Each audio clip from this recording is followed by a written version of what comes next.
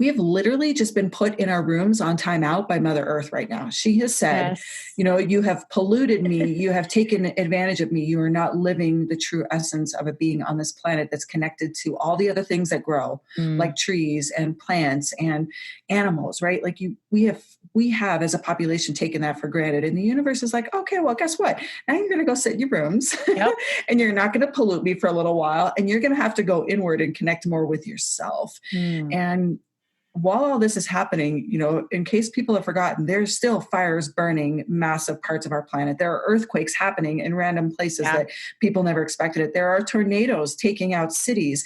I mean, all of this is happening at the same time I'm not going to use the words, but that we have been forced to actually come inward. And so if you start to think about the balancing that happens in our planet and within our population, if you haven't seen that is a sign that there is something greater to be connected to than just busy lifestyle, judging others, chasing material things, focusing on, the things that don't really matter in life.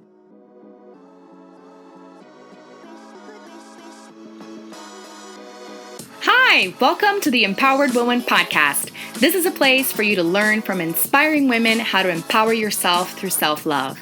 I'm so glad that you're here. My name is Marta Spurk, and I'm your host, triplet mom, woman empowerment coach, and all things motivation extraordinaire. Have you taken this time in isolation to reflect more about life? I sure have. And today's guest on the show has as well. And she goes further into detail on why this is such an important time for us as a whole and even our planet.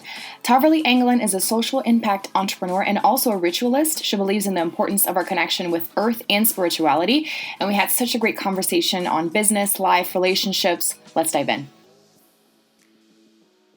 Hi, TAHVERLEE. Thank you so much for joining me today. Thanks for having me. Yes, I am so excited. So quick background before I have TAHVERLEE introduce herself. I connected with her on Facebook in one of the groups of women entrepreneurs in Denver. And we talked a little bit. And then it was right around the time when I was organizing my very first Empowered Woman workshop.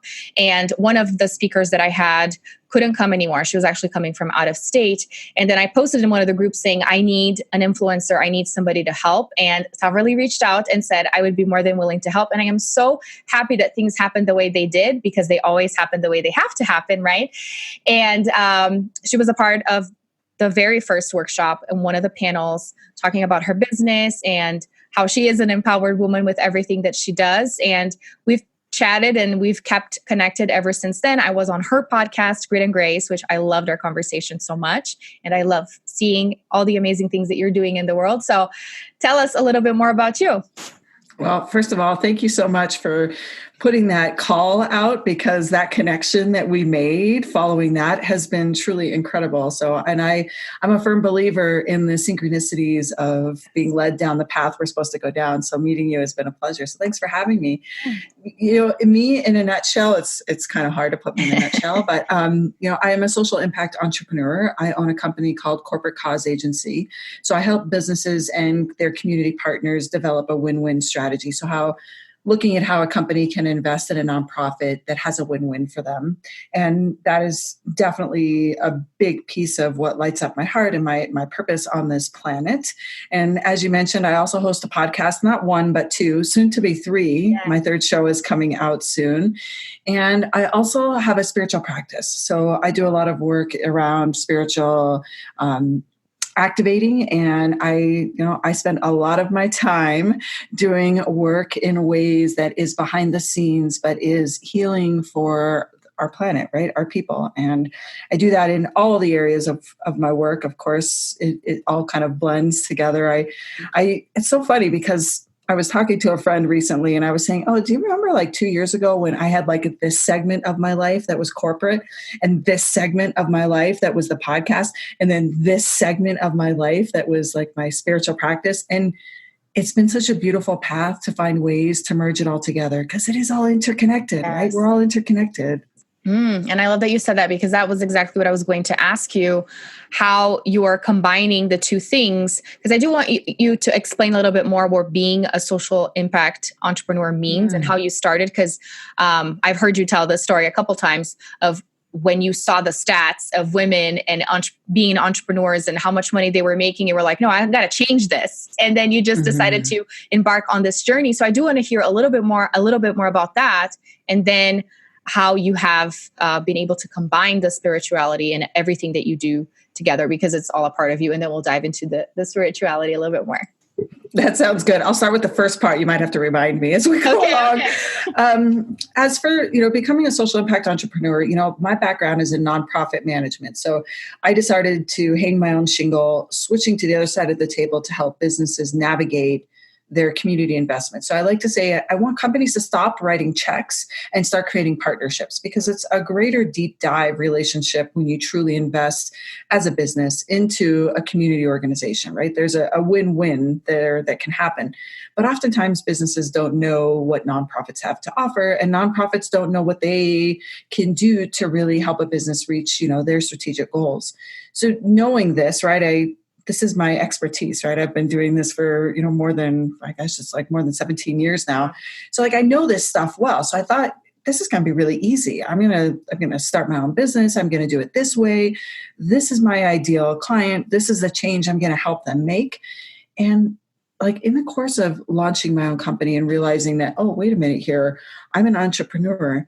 Oh, well, what do you mean 4% of female-owned businesses ever succeed? Well, what do you mean less than 13% of female-owned businesses ever reach six figures? This was hitting me at rapid speed. I was coming across this information. I was learning it at events. And this, I want to say this fire got lit in me to really look at, why is that? Why are women having such odds stacked against them when they are really launching into something that they know they're really good at?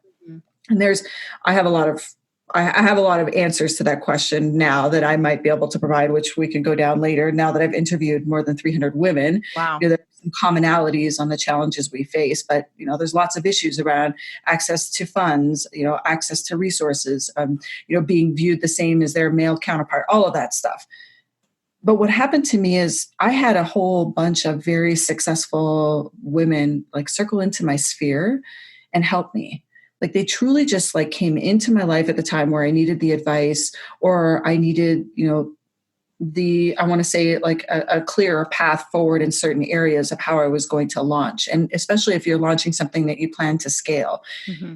When I did that, these women were so helpful that I kind of had this little light bulb moment where I thought, okay, all of the women, when I look at the statistics, they may not have access to these resources that I've been given access to. And I totally 100% know that I've been given access to resources because my channel is open, right? My spiritual channel is open.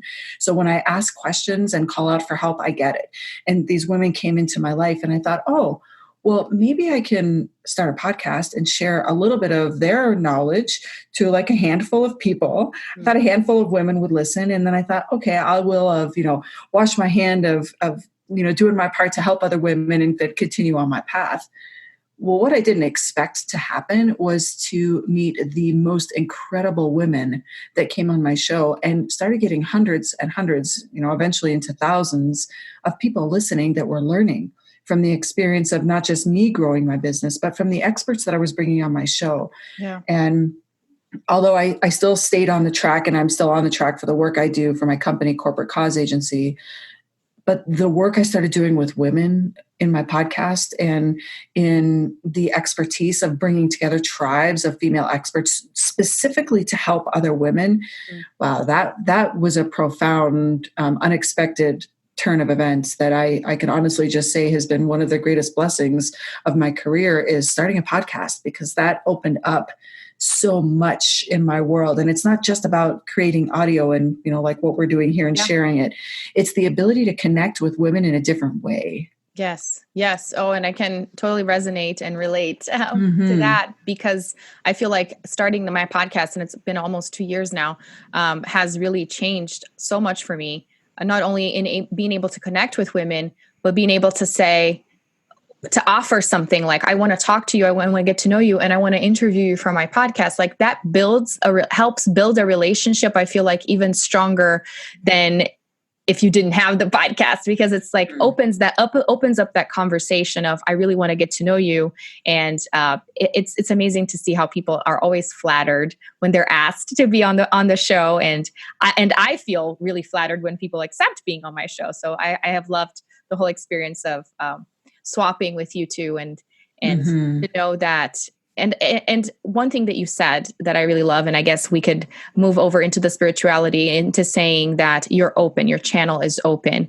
And I really do believe in that too. And asking for things, but being able and open to receiving them. And when we talked, I think we mentioned it briefly when you interviewed me, but then off air, we talked about my church background and the things that I, was taught to believe. And then now being my own person, I have been opening myself up to different things and kind of understanding that one thing doesn't exclude the other. Whereas I was taught that this is the way, don't turn left or right, and I have come to appreciate different beliefs and different viewpoints, because I feel like they really do complement each other. So I would love to hear more about your journey in that sense. How did it begin, and how it has helped you in your work and in your relationships and all the things? I think about where to start to answer that question. I want to say that a common question I get is about how to build in spirituality in the mindset of what people have already set in oftentimes in their families around religion, right? Yeah. This can become kind of a juxtaposition. And for me, very simply said, is that, anything that you are practicing or teaching or learning that is not all about really true connection and love for ourselves, love for our mankind of any type, right? Any race, religion, gender, sexual preference, any of those things, just pure equal love for everyone, where the focus is to stop killing each other, stop letting our women and children be raped and injured and hurt and taken advantage of. Any practice that you have that is around these equal rights and love and kindness and respect for our planet, that's all the same, right? Yeah. It's all the same. There is no differential. And it doesn't matter to me what name you give that person you pray to for that, or what teachings or guidance you take along the lines to get to that place. I think that where you start to see the challenges that happen is when a particular religion tells you that the way that a particular human, because of their skin color, gender, sexual preference, makes them less. That's that. I don't get on board with that. And so, just in those very simple terms of thinking about love, right? And our connection to this planet, because we have literally just been put in our rooms on timeout by Mother Earth right now. She has said, yes, you have polluted me. You have taken advantage of me. You are not living the true essence of a being on this planet that's connected to all the other things that grow, like trees and plants and animals, right? Like we have as a population taken that for granted. And the universe is like, okay, well, guess what? Now you're going to go sit in your rooms yep. and you're not going to pollute me for a little while. And you're going to have to go inward and connect more with yourself. And while all this is happening, in case people have forgotten, there's still fires burning massive parts of our planet. There are earthquakes happening in random places that people never expected it. There are tornadoes taking out cities.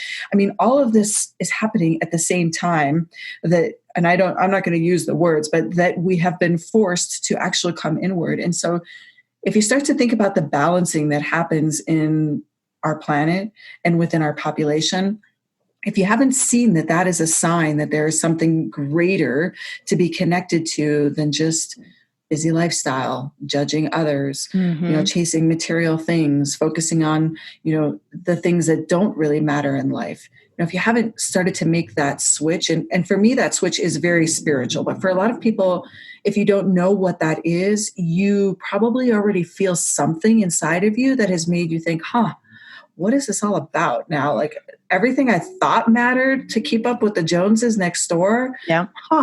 That might not matter anymore. And then the neighbor that maybe you judged for whatever reason, or we have subconscious judgments that happen because we have hundreds of years of conditioning.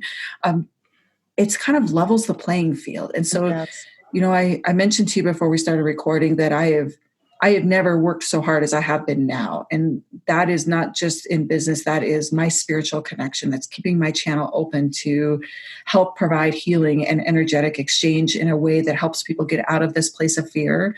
And I almost want to go like and use the Matrix example, right? Like, thinking about everybody has these rose colored glasses on right now. And all those glasses say fear, be scared, fear, you might die. Our economy is going to crash. Oh my gosh, what is going to happen? I'm not going to have any toilet paper. Is my family going to be okay? And if you live in a third world country, you're worried about clean water and access to any food, right? So first world problems are, oh my gosh, where's the toilet paper? If you think about the fact that we have over 7 billion people on this planet right now that are feeling that exact same emotion, that's actually creating an energy, that energy can be felt around the earth. Yes. You feel it, I feel it. And so I'm working to stay out of that energy, which means I'm helping other people step out of that energy and into a place that says, okay, what might this mean instead? Like, what does this mean for me? Like, how do I go within myself and maybe, reevaluate what really matters to me in my life? That right there that's having your connection, that's having your channel open. Yes. That's grounding yourself. And that's why I wanted to preface all of that with, it doesn't matter what religion you practice or what beliefs you have or where you get it, but stepping truly like inward into yourself and cutting out the external noise, like taking all of the media, the social media, the angst that people feel. If you just like push that aside and go inward. And of course, I prefer you to go inward while your feet are connected to the earth. So put your feet in the grass, go sit under a tree, find a place to sit in a park or on the side of the road or in your yard, and take a couple of deep breaths and start asking yourself these questions. Like, what really matters to me now? If today was my last day, would I choose to spend it differently than I have been the last 40 years of my life? Like, that's what's happening around the world. Yeah. And if that's not happening, then people are stuck with those rose-colored glasses on. And I totally get it, honor and respect that it is, we all are going in and out of those processes. But I do think that now is a very critical time for people to think about stepping out of that matrix for a few minutes. Think about it, connect in a way and open your channel, and I think you'll be very surprised at what happens. Yeah.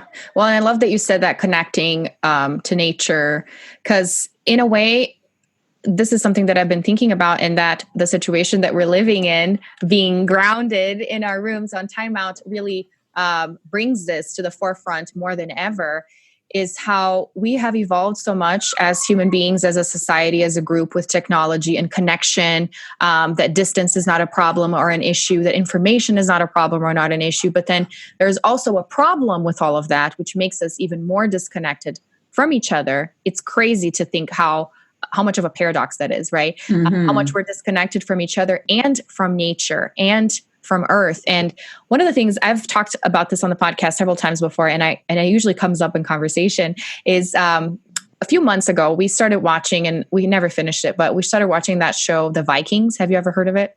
I've heard of it, but I haven't seen it. Yeah. So I really like it because, coming from a very Christian home, it's interesting to see the beginning of everything, and how cultures that were not Christian came into contact with other cultures, and they were like, this is not what I have known my entire life. And just to think about how human beings have developed different ways of explaining existence and explaining why we are here and how these things work, and their relationship with death.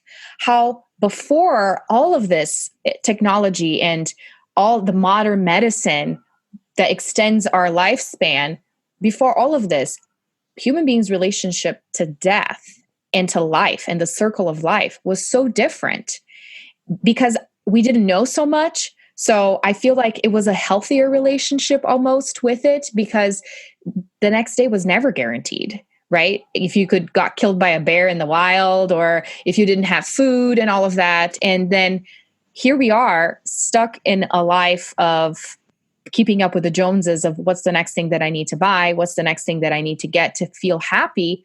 Whereas back in the day, there was no such thing. We were constantly living for the moment and for the day, because that's all they really knew. And now here we are making plans of things, and now our plans are kind of ruined because of everything. So I feel like this experience really puts so much into perspective, into saying everything that you've been working for really doesn't matter that much if you're so disconnected with who you are and with other people and with what really matters, because one day you're going to die, and then what? Right. So I love that you said all of that, because I feel like going back into nature really brings us back into how things used to be before all of the things that human beings created. You know what I mean? And it's so funny that you mentioned that, because my podcast yesterday that came out was about facing our own mortality. And I brought on a woman who is a professional. She's a marketing expert, but she also is very experienced in dealing with death. And she has moved into doing work with spirits that have passed on and with humans that are still here and interacting with spirits that have passed on. So she's a death doula. Oh, wow. And, I think that one of the things that we have lost the most, which you're talking about, and you've just said it so clearly, is the cycle of life. Yeah. Right. Because listen, for, thousands and thousands and thousands of years, this planet has existed, and people come in, humans will come in, and we die. We are born to die. It is part of our life. And in fact, everything on this planet has a cycle. Yes. Right? Whether it's the seasons, the moon, the grass, the trees, the animals that we slaughter to eat, all of these things, there are cycles. We live in cycles.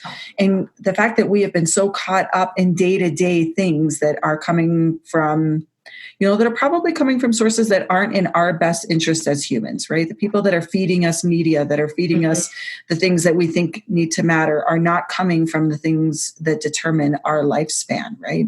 Yeah. And so I think that it's so easy to forget.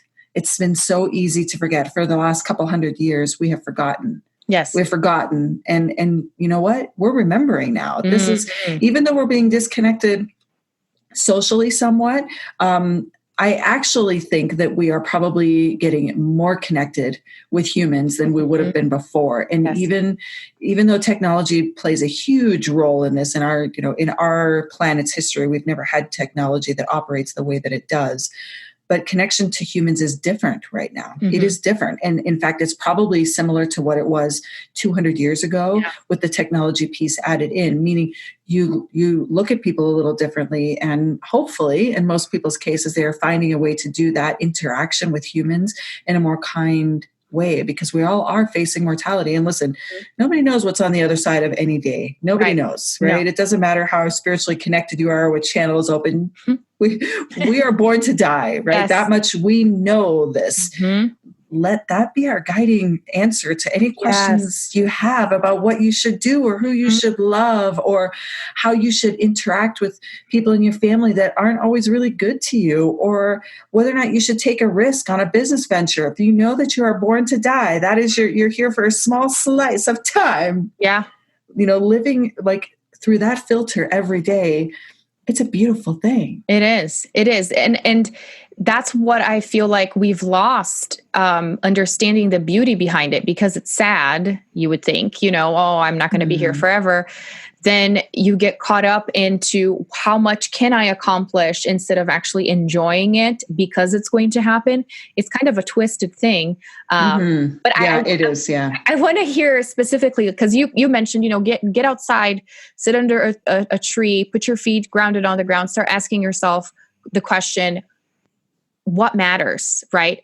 What are some of the other things that you do specifically to your faith and how you have handled difficult situations before that you are using now that you can share with us in case somebody wants to try them or look into more information? I'm curious. Yeah, for sure. Well, I have been initiated as a high priestess, and I have walked the path of the sacred way, which means I have rituals. I have rituals that I use that are very specific to how I open my channel. And really, people can use whatever terminology they want. Like I laugh at the word magic. People think the word magic is like some, pulling a bunny out of a hat. And I know this really smart woman, her name is Reverend Brianna Lynn. She gives a definition of magic as the ability to shift consciousness at will. Okay, let me say that again. The ability to shift consciousness at will. So my practice at the beginning of my day, if I need to in the midday, at the end of my day, is really taking deep breaths, connecting to my body, seeing how I feel, closing my eyes, tuning out the world. I may or may not light candles or work with other tools and implements, but mostly I'm going to breathe and I'm going to be still. Like literally, if people start to implement a sitting still for 4 minutes every morning and just breathing, uninterrupted time, 4 minutes, your entire day will change. So for me, I build in the rituals to shift my consciousness to be at an energetic state that feels good to me. And excuse me, if I have a big, heavy work day, because, I blend all of this, I still hold down, a successful company. I grow a successful company. I was going to say hold down a job, but God, I don't have a JOB. I haven't had a JOB in a long time. But I do my work, right? I get my flow done. But before I do that, I bring my energy to a specific place to be in good flow. So I'm not moving through my day with chaos or disharmony. And it's easy to get thrown off track. We all do. We're human. So we have the ups and the downs. But if you have a practice of being able to be still and catch your breath, whether it's under a tree or in front of a candle or literally in your room with the lights still off, in your bed when you first get out of bed, like, there are different ways that work for you, and everybody's different, but there are different things that you can do that will really center you and change that vibration. So looking at how do you shift your consciousness, you have the ability to choose how you feel today. Okay, so if I was to tell you, Marta, that every day that you have right now where you are at home with twins or triplets, oh gosh, see, I just can't even say it, but don't leave one out. You're home with 3 young ones and a husband all in the same space. And it's not easy, right? None of what you're doing is easy on a day-to-day basis. But you know that how you feel going into each one of your days is a choice. You get to choose it. Yeah. And when you can get thrown off of that and feel like you're not choosing it, meaning it's just happening to you. So you're reacting and you're acting and you're getting, stressed and uncomfortable and irritated. Because trust me, I get irritated at my teenage daughter on a regular basis. How do you realign?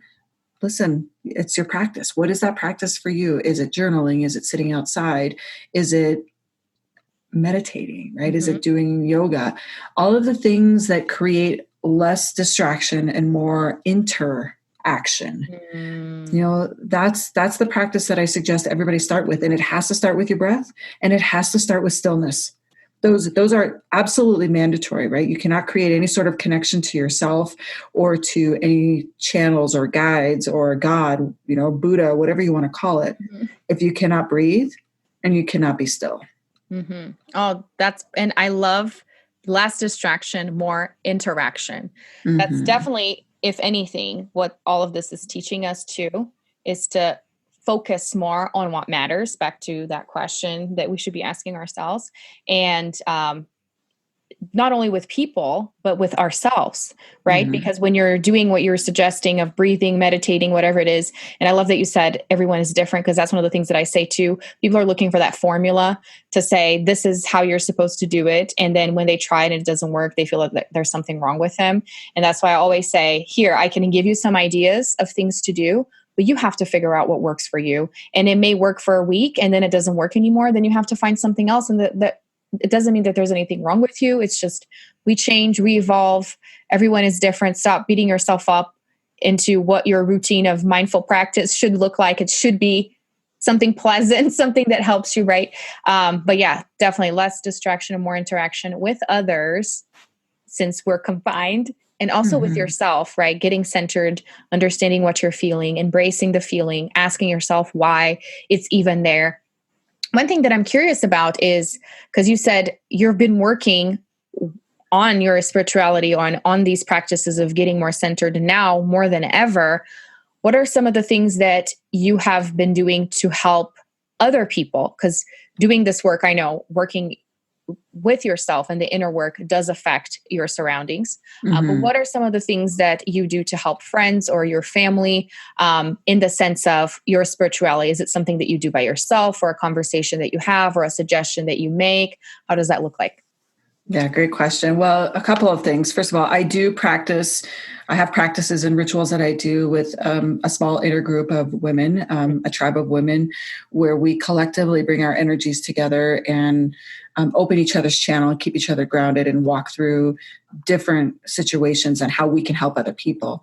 And in doing that, for me, I'm definitely getting called more and more to work one-on-one with women and help them activate their spirituality. And Yes. there's no template for that. Just like you were discussing, there's no template for how you're going to connect and how you're going to center and ground and change your energetic level throughout the day. So I've started doing this work one-on-one, which is wasn't what I thought was going to be happening now, but I am definitely open to it. So I've been doing a lot of that. And in part of that, this is going to be really funny. We're going to take this conversation down a funny avenue. Okay.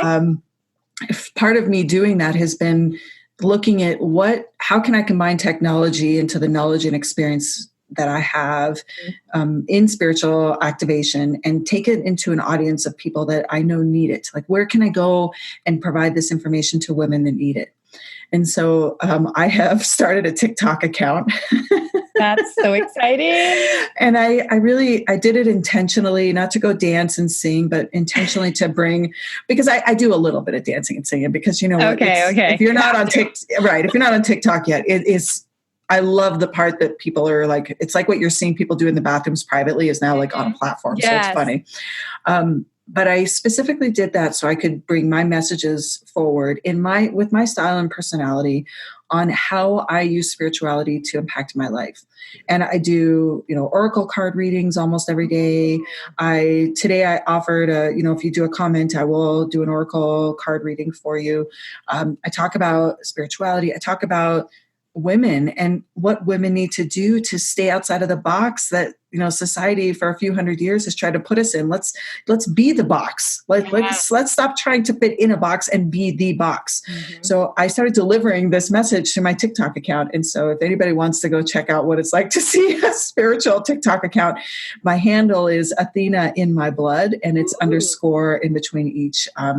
Because I walk with Athena, the goddess Athena, pretty regularly in my human life and in my spiritual life. Mm-hmm. And so, yeah, it's been fun, and it's opened up new questions from women. So I really have just opened myself up to say, okay, all of my business and the work I do is still going on because it's still so important. Yeah.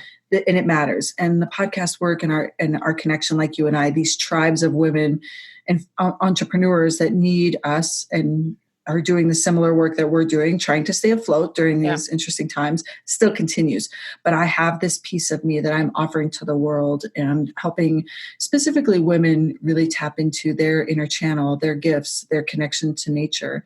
And I know that doing that is going to then impact their lives. And when I help someone impact their lives, then they're going to go out and impact 200 other women's lives. And this is how we all really take off those glasses totally and become fully awakened to what is here and now and to connect, right? Yes.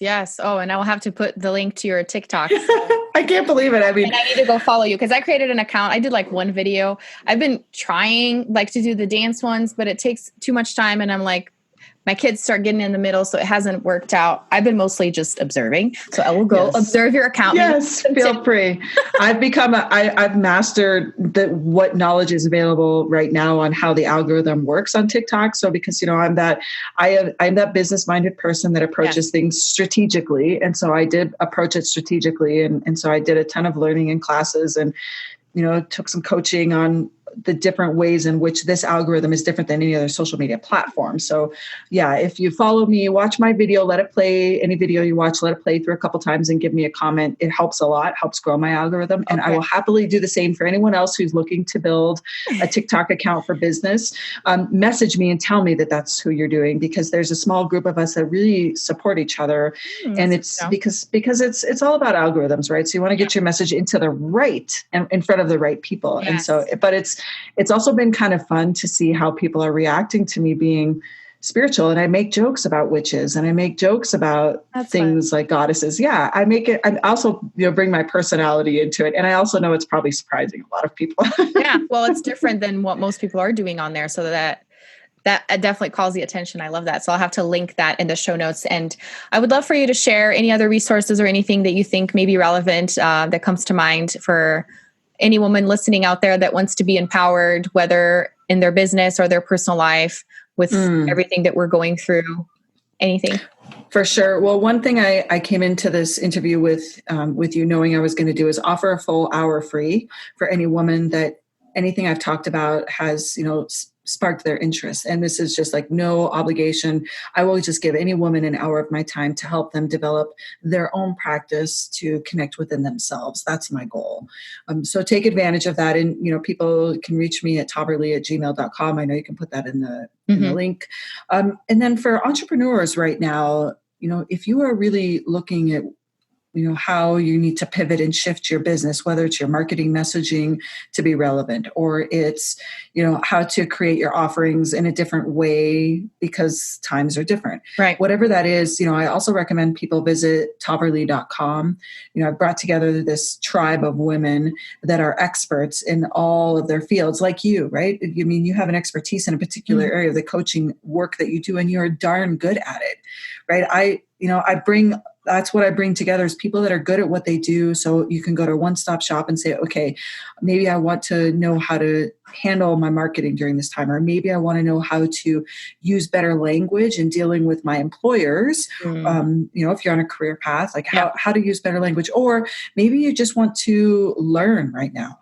Right? This is a good time for learning. This is a good time to up-level your own education and experience. So tahverlee.com has tons of resources, and those aren't just me. That's just my tribe too. And they will provide you with tons of information, and you can send any one of them an inquiry, and they will steer you in the right way and help you.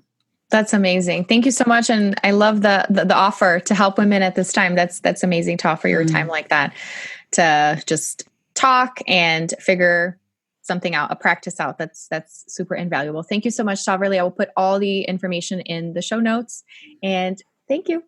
Thank you. Listen, Marta, I want to say that you are doing an amazing job of continuing your work and your purpose and passion into the world. And so thank you for what you're doing, and just know that, people are listening and you are making it, you are making an impact. So thank you. Deep bow, sister. Thank you. Oh, thank you so much. I appreciate it. Thanks so much for tuning in today. I hope this episode encouraged you to reflect and connect with yourself. Don't forget to take TAHVERLEE up on her offer. Connect with her and schedule your call. All the links and info are in the show notes. Until next time, bye.